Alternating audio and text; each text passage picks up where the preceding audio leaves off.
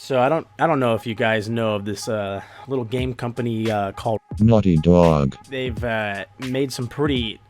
I'd like to say pretty okay games, but if I'm being truthful to myself, I wholeheartedly believe that their entire best game that they have ever created was the one and only Jak and Daxter. Jak and Daxter was seriously one of the first adventures I'd ever gone on aside from Pokemon.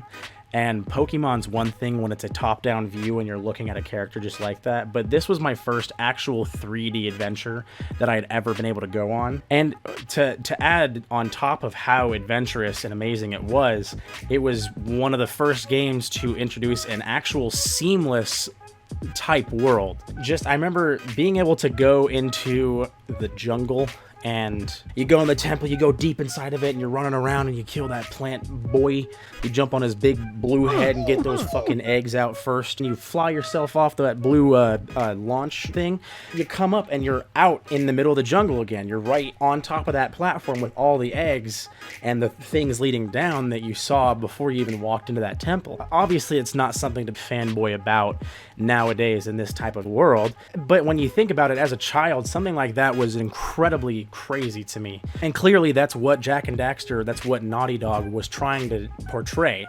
That jungle used to absolutely scare the shit out of me, by the way. Going into that thing, I don't know what it was, just the music around it.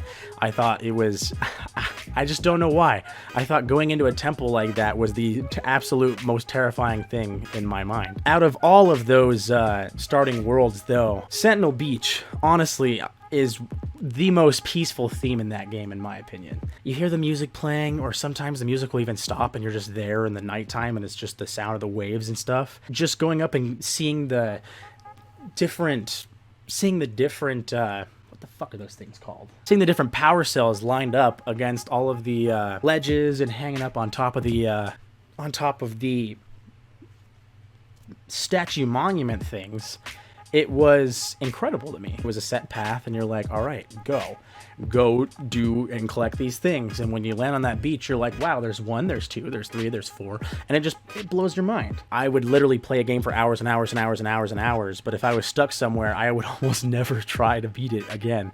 Like if I couldn't get it beaten after so many attempts, I would just go off and do something and explore that world that I had the access to. I would explore every crevice of that. I would just look around. After Rock Village, which I thought Rock Village was the end of the game, I had spent so many years stuck at that boss for whatever reason. After I beat him, I was like, that was the easiest goddamn thing I've ever fucking done in my life. It was so freeing to me. I was like, wow, there's more game to this. When I got to the lava canyon, I thought it was insane. I was like, wow, there's extra things that you have to get, and on top of that, there's some weird wooden thing hanging here that will take me somewhere else. And so your goal was to go get those power cells, and bada boom, bada bing, you unlock that gate and you go ahead. You'd ride the gondola and you'd find that fortress thing towards the middle of the level, and you look over to the right and you see all the past places you've been to, like Rock Village and Sandover Village and stuff. And it was cool. It really gave you a sense of progression and a sense of like just how full the world was. It showed you just how seamless this whole place was.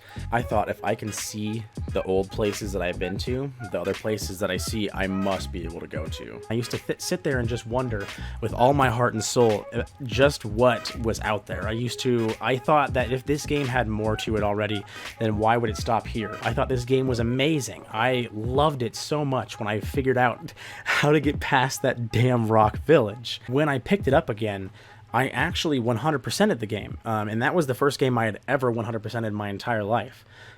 Just mainly because I had explored so damn much as a child being stuck behind all that stuff that I had already collected a lot of most of the things I needed.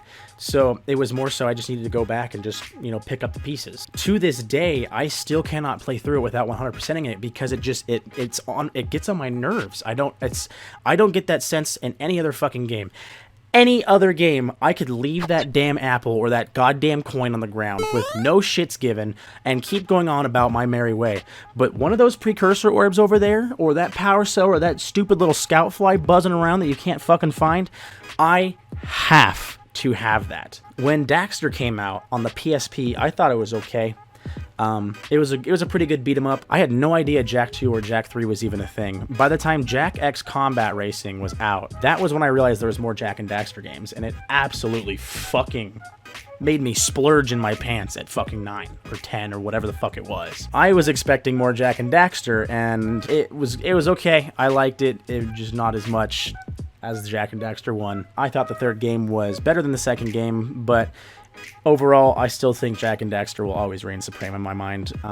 And I really want them to fucking remaster it already. We got the Crash Bandicoot remaster, the Spyro remaster, and now we're just missing the Jak and Daxter trilogy. We're missing just that legendary third one, the third piece to the Triforce.